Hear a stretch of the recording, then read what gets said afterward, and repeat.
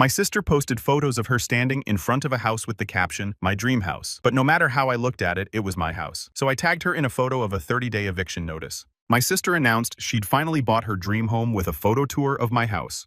Front porch kitchen island, the little cracked tile by the pantry. I kept meaning to replace all of it. Posted like a victory lap. Her friends filled the comments with hearts and "so proud of you." I typed, "Congrats," and hit send before my coffee cooled. She had no idea the deed was still in my name. 2 days later, I was in a Monday stand-up call when my phone started vibrating so hard it walked across my desk. Her name flashed 3 times, then my mom's, then my sister again. I muted my mic and answered on the 4th call. "Jason." My sister said, breathless, "You need to fix something right now." "What happened?" I asked, still staring at my project timeline like it could keep me calm by force. "I went to refinance," she said. "Rates dropped. I'm trying to be responsible. And the bank," her voice jumped an octave. "The bank said, I'm not the owner. They said, ma'am, you're not on the deed." There was a pause where I could hear her swallowing panic. "I don't understand," she whispered like the words were too heavy to say out loud. "I live here. It's my house." I looked at the little sticky note on my monitor that said, "Stay factual." I'd written it for meetings with difficult clients. I didn't realize I'd need it for my own family. "It's not your house," I said quietly. "It's mine." "No," she snapped. "No, that's not funny. You said I said you could live there," I replied. "I never said I transferred ownership." She started talking fast, like speed could change legal reality. "You can't do this to me. I already told everyone. I posted it. I have contractors scheduled. I'm trying to consolidate debt. Mom said you wouldn't." "Dreams come true when you ask permission," I said. And I hated how calm my voice sounded, like it was someone else speaking through me. Then I ended the call. I didn't feel triumphant. I felt tired, the kind of tired that lives in your bones. When I checked my phone later, there were 83 missed calls from my mom. To understand how we got here, you have to go back years to the first time my family decided my stability was something they could borrow without asking. I'm Jason, 41, project manager for a construction tech company outside Raleigh. I'm not flashy, I've never been. I like clean spreadsheets, clean timelines, and payments that clear on time.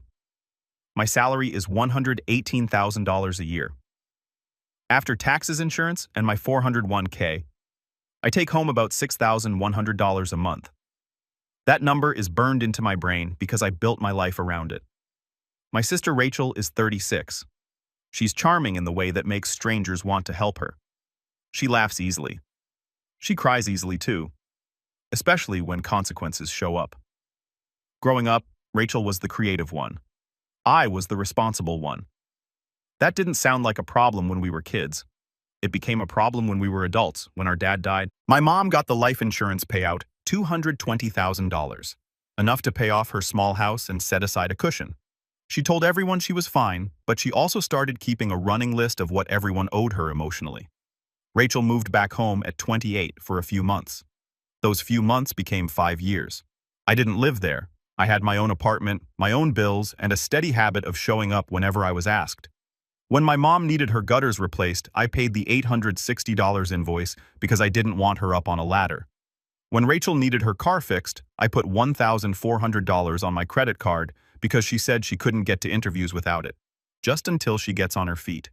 My mom would say, when I got promoted and started earning real money, the ass got bigger. Rachel's first apartment deposit was $1,800. I paid it. When she decided she wanted to start an online boutique, she needed inventory. That was $3,200. I paid it. When the boutique fizzled out, she needed a bridge to cover rent. That was $900 one month, then $900 again. Then a string of "I'll pay you Friday" texts that never ended with an actual payment. Every time I hesitated, my mom would say, "Jason, she's your sister." And every time I gave in, I told myself I was buying peace. The house was supposed to be a reward. I'd been saving since my late 20s. No expensive vacations, no brand new cars. I drove a paid-off Civic until it started making a noise that sounded like a threat. I put $500 into savings every month, even when it meant saying no to things I wanted. In 2020, I bought a 3-bedroom, 2-bath place in a quiet neighborhood. $342,000 purchase price. I put $68,400 down. My mortgage payment was $1,986 a month, plus $310 in property taxes and $140 for insurance. It was the biggest responsibility of my life, and it felt like mine. A year later, Rachel's life fell apart. According to my mom, Rachel had been dating a guy who promised her big plans and delivered nothing. When he left, she had nowhere to go because she'd stopped paying rent months earlier, convinced she could talk her landlord into waiting. She called me crying at 11:47 p.m. "I'm going to be homeless," she said. "Please, I just need a place for a little while." I should have said no. I didn't. I let her move into my house while I stayed in my spare room, like a guest in my own life. I told myself it was temporary. I told myself it was family. I told myself I could handle discomfort for a few months. At first, she was grateful. She bought groceries. She cleaned the kitchen once.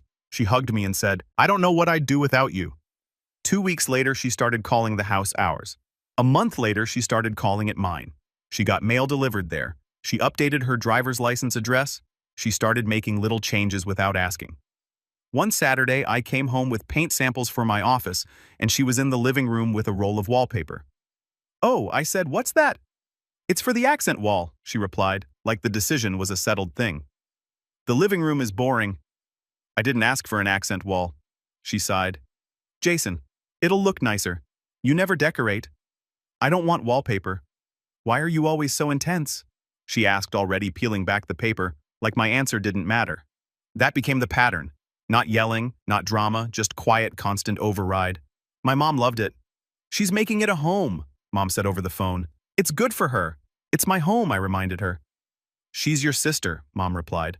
Like that was the same thing. Rachel's financial contribution shrank over time. It always did. At first, she offered $600 a month toward utilities and a little rent. It lasted 3 months. Then it became $300. Then it became, "I bought groceries that counts." Then it became nothing. When I brought it up, she'd look wounded. "You want to charge your own sister rent?" She'd say that's cold. I wasn't trying to profit. I was trying to keep my budget from bleeding. Electricity averaged $180 a month with her constantly running the dryer. Water jumped from $55 to $120. Internet was $79. My grocery bill doubled because she ate like someone who never planned meals, just reacted to hunger. Then came the bigger costs, the ones you can't ignore. The HVAC needed repairs, $2,480. The roof had a leak, $1,900. The dishwasher stopped draining, $640. Rachel would nod sympathetically, then say, "Ugh, home ownership is so stressful," like it was her stress to claim. If I sounded annoyed, my mom would get involved. "Rachel is trying," she'd insist. "You always act like she's doing it on purpose." "Mom, she posted a picture of my backyard last week and called it her sanctuary," I said once. "Well, maybe you should be happy she's finally stable," Mom replied. That word again, stable. As if my stability wasn't something I earned, but something that simply existed for other people to lean on. The moment the lines really blurred was the plan. It started as a casual conversation at my mom's kitchen table, the place where most family decisions got made without me. Rachel was scrolling through her phone looking at houses even though she was already living in one. "I just want something that's mine," she said, her voice soft. Mom reached over and squeezed her hand. "You deserve that." Rachel looked at me. "I mean this house. It's basically mine, right? I've put work into it." I stared at her. "It's not basically yours. It's mine." Mom frowned like I'd insulted her. "Jason, she said you're single. You don't need a 3-bedroom house. Rachel needs stability." I felt something tighten in my chest. "I bought it. I said I pay for it. And you're good at that," Mom replied like she was complimenting me. "You're good at carrying things." Rachel's eyes got bright. Hopeful. "Maybe you could just transfer it to me," she said. "Eventually. Not right away. Just when it makes sense." "When does it make sense?" I asked. "Soon," Mom said quickly. "When Rachel is back on her feet." Rachel nodded like it was already decided. "I'll make the payments. I can handle it. I just need a chance." I didn't yell. I didn't storm out. I just sat there hearing the way they were talking about my house like it was a family asset we were assigning, not a contract. I signed a loan. "I'm not transferring the deed," I said. "Not now." Mom's face hardened. "Why are you so difficult?" "I'm not difficult," I said. "I'm being careful." Rachel's smile vanished. "So, you don't trust me?" "It's not about trust," I replied. But it was. It was about the fact that I'd never seen her carry a burden for longer than it took to get bored. They didn't let it go. They just changed tactics. Rachel started calling the house her dream home in casual conversation. Mom started referring to it as Rachel's place when talking to relatives. My aunt congratulated Rachel at Thanksgiving for becoming a homeowner, and Rachel didn't correct her. Each time it happened, I felt smaller in my own life, like my name was being erased from my own paperwork. I should have drawn a hard line then. I didn't. I thought if I stayed calm, if I stayed reasonable, the truth would eventually speak for itself. I didn't realize my family wasn't confused. They were practicing. The post was what flipped the switch. I wasn't even looking for it. A coworker mentioned it casually during lunch. "Hey," he said, chewing slowly. "Isn't that your kitchen?" He turned his phone toward me. There it was. Rachel smiling in my doorway, holding a big cardboard key like someone had handed her a prize. The caption said she'd worked so hard and finally made it. The photos were a full tour: my living room, my backyard, the corner of the hallway where I'd measured the wall for a bookshelf. The comments were full of applause. "You deserve this. So inspiring," homeowner vibes. Rachel replied to almost everyone with heart emojis. And thank you. My hands went cold. Not from anger, from clarity. Because it wasn't just a lie. It was a public claim, a story she was building in front of witnesses. I clicked her profile. More posts, more hints, making upgrades to my place. Feeling grateful for my home. Can't wait to refinance and make it really mine. That last line made my stomach drop. Refinance. I didn't respond with a paragraph. I didn't start a family group chat war. I didn't type out a lecture. I commented congrats. Because part of me was still hoping she'd see it and realize I saw her. I wanted her to stop on her own. I wanted a peaceful ending. Then I opened my laptop. I pulled up every document related to the house, the closing paperwork, the deed, the mortgage statement, the insurance policy, the property tax records. Everything was in my name exactly as it should be. I checked my bank account. The auto pay had been running like clockwork. $1,986 on the first of every month. The utility bills were in my name too because I'd never moved them over, not fully trusting she'd pay them. Even the home warranty was on my card. Then I called my mortgage servicer, not to threaten anything but to understand. The representative confirmed what I already knew. "No one can refinance without being on the deed," she said. "And if someone attempts it, we can note the account, but ownership is clear." After that, I called an attorney. Not to get her, not to punish her, but to protect myself from the kind of mess families create when they decide paperwork is optional. The attorney asked simple questions. Is she paying rent? No. Is there a written lease? No. Has she been there more than a year? Yes. Then you need to treat this like a tenancy, he said. If you want her out, you do it legally. If you want her paying rent, you put it in writing. Either way, you need a plan. A plan. That word was usually something I used for product launches, not my own family, but I wrote one anyway. I drafted a formal lease with a month-to-month term. Fair rent for the area was $2,150, but I set it at $1,200 because I wasn't trying to squeeze her. I just wanted her to participate in reality. I built it like a project schedule. Start date, payment date, late fee, utility responsibilities, maintenance boundaries, no renovations without written approval. I also drafted a notice, not an eviction threat. A simple written notice that if she didn't sign the lease and start paying, she'd need to move out within 60 days. The hardest part wasn't the paperwork. It was the feeling in my chest when I printed it. Guilt rose fast, like my body was trained to protect my family from discomfort. Then another feeling showed up under it. Relief. Because for the first time in years, I wasn't reacting. I was choosing. I backed everything up. Screenshots of her posts, texts where she called it her house, messages from my mom referring to it as Rachel's place. I saved them in a folder labeled House, the same way I'd label a folder at work. Clean, clear, not emotional. That night, Rachel came home humming, swinging a bag of takeout like she'd had a good day. "Hey," she said brightly. "Did you see my post?" "Yes," I replied. She grinned. "It's blowing up. People are so supportive." I nodded slowly. "We need to talk." Her smile slipped. "About what?" I held my voice steady. "About the house. About what you're telling people. About what you're planning with the bank." She rolled her eyes like I was being dramatic. "Jason, relax," she said. "It's social media." "It's not just social media," I replied. "It's my name on the deed." She waved her hand. "We're family. It's basically mine." That old sentence delivered like a shrug. Something inside me clicked into place so quietly she didn't notice. I didn't argue.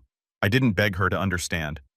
I went back to my room, opened my laptop again, and scheduled a meeting. Not with a client, with my family. We met at my mom's house on a Saturday afternoon, the kind of day she liked because it felt normal. The table was set, coffee was poured, the TV was off, which meant she wanted control of the room. Rachel arrived first, confident, wearing a new sweater like she dressed for her own success. Mom hugged her tight. "My homeowner," she said loud enough for me to hear. Rachel smirked at me as I walked in. I sat down without comment and put a folder on the table. Mom's eyes narrowed immediately. "What is that, documents?" I said. Rachel laughed, light and dismissive. "Oh my God, Jason, are you seriously bringing paperwork to a family talk?" "Yes," I replied. "Because this isn't a vibe, it's a house." Mom frowned. "Why are you making this so formal?" I took a breath. "Because Rachel is telling people she owns my home. She's trying to refinance a house she doesn't own." Rachel's face flashed with irritation. "I wasn't trying to refinance behind your back. I was just exploring options. You told people you bought it," I said. "So what?" she snapped. "It's not hurting anyone. It's hurting me," I replied, still calm. "It's creating a story that isn't true, and it's setting me up for a fight later when you realize reality doesn't match your posts." Mom leaned forward. "Jason, you're overreacting. She lives there. She deserves a break." "I gave her a break," I said, "for 18 months. Rachel crossed her arms. "You act like you've been doing me this huge favor. I've been improving that house." "You put wallpaper on one wall after I said no," I replied. "That's not equity." Rachel's cheeks flushed. "Wow!" Mom slapped her hand on the table. "Enough. Don't talk to your sister like that." I opened the folder and slid the first paper across the table.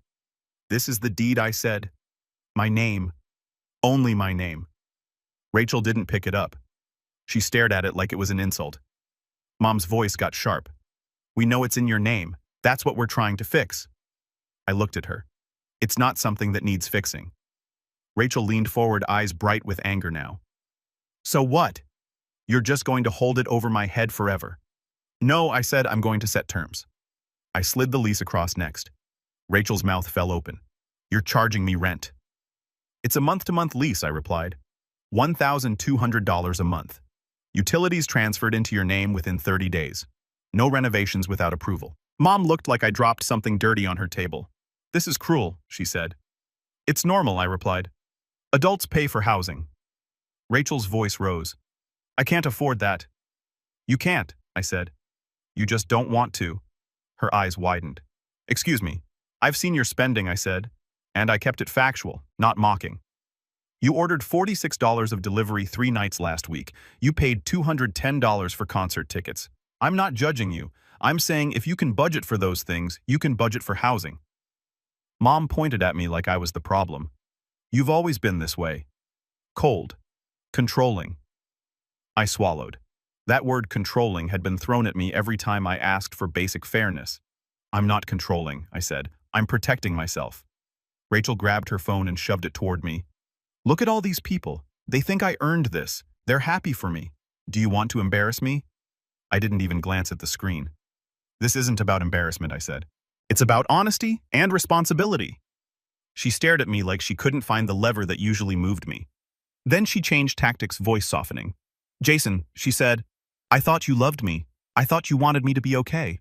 "I do," I replied. "That's why I'm doing this now while we can still handle it calmly." Mom shook her head, eyes wet. "How can you do this to your own mother? Do you want me worrying about Rachel?" I kept my hands flat on the table. "You can worry if you want, but you can't solve it with my mortgage." Rachel's voice snapped back to angry. "So what happens if I don't sign?" I slid the notice across slow and steady. "Then you have 60 days to move out," I said. "Legally, peacefully. I'm not changing the locks. I'm not throwing your things outside. I'm giving you time." Rachel stared at the paper like it was a cliff edge. "You wouldn't," she whispered. "I will," I replied, "because I can't live like this anymore." That's when my mom's phone buzzed. She looked down and her face tightened. "It's your aunt," she said. "She saw Rachel's post and wants to know when she can come see the house." Rachel's eyes flicked to me, almost pleading now, like she wanted me to save her from the lie she'd built. I didn't rescue her. I didn't attack her either. I stood up and gathered the folder. "You can tell her whatever you want," I said. "But I'm done pretending." Rachel jumped up too. "You're ruining my life." I met her eyes. "No, I'm handing it back to you." Mom stood, voice shaking. "Jason, don't walk out. We're family." I paused at the doorway. I am family, I said. That's why I'm being honest. The lease is fair. The timeline is fair. The boundary is firm. Then I left, got in my car, and drove back to my house. My house. The calls came in waves after that. Rachel texted first angry paragraphs that swung between blame and pleading. My mom left voicemails that started with sighs and ended with guilt. I didn't respond immediately. I waited until my nervous system settled, then answered once clearly in writing. The lease stands 60 days stance. I'm willing to help you find an apartment. I'm not transferring the deed. That was it. A week later, Rachel showed up at the house with my mom. They didn't knock politely. They knocked like they owned the place. When I opened the door, Rachel held up her phone. Look, she said. People are asking questions now. They're saying I'm lying. I nodded. Then tell the truth. Mom's face tightened. Jason? She's suffering. I'm not trying to make her suffer, I said. I'm trying to stop the slow bleed that's been happening for years. Rachel's voice cracked. Where am I supposed to go? You're supposed to go where adults go when they need housing, I said gently. You look, you apply, you budget, you sign your own lease. Mom stepped forward. You could just make this easy. Just sign it over. Let her refinance. Let her handle it. I shook my head. No. Rachel stared past me into the living room like she was seeing the house differently now, not as a trophy, as a cost. She didn't sign the lease not because it was unfair, but because signing would mean admitting the truth. Instead, she spent the next month trying to pressure me into changing my mind. She told relatives I was holding her hostage. She told friends I was jealous. She told my mom I was punishing her. I didn't argue in group chats. I didn't defend myself on social media. I kept doing the boring, solid things. I paid my mortgage. I saved receipts.